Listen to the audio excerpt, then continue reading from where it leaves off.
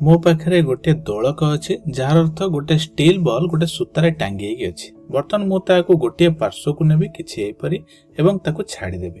बर्तमान तुम लक्ष्य कर यह किपरि गति करुछि।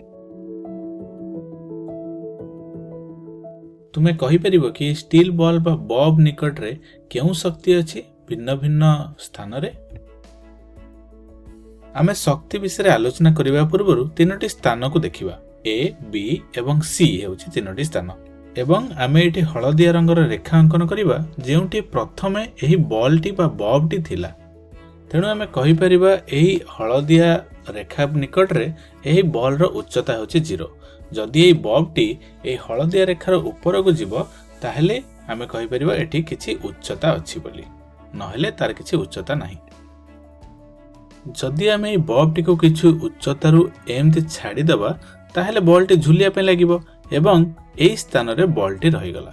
जदि आमे एही हळदिया रेखा को लक्ष्य करिबा या ठारू एतिकी उच्चतारे सर्वाधिक एतिकी उच्चता ही बॉब जाई परिबो एवं सेठी जेउ शक्ति ता पाखरे अछि ताहाको आमे माध्याकर्षण जनित स्थितिज शक्ति बोली कहिबा, जाहाको इंग्रजी रे ग्रेविटेशनल पोटेंशियल एनर्जी बोली कहा जायथाय।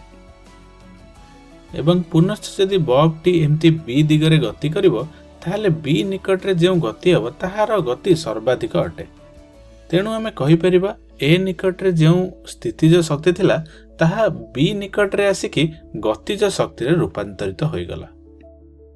पुनश्च जेतेबेले बॉबटी गति करिवो एवं सी स्थान रे जाईकी पहुंचिबो तार वेग ह्रास पाइबो एवं एही स्थान रे जाईकी जेतेबेले पहुंचिबो बॉबटी किछि समय स्थिर रहि जिवो।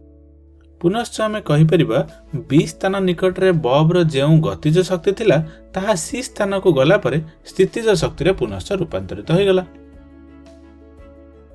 तेबे एठी आमे देखिले जे शक्ति गोटे स्थान रो अन्य स्थान को गला बेले रूपांतरित होइथाय।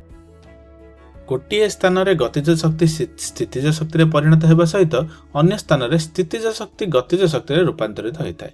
तेणु एही परि भाबरे शक्ति विभिन्न आकार रे रूपांतरित होइथाय।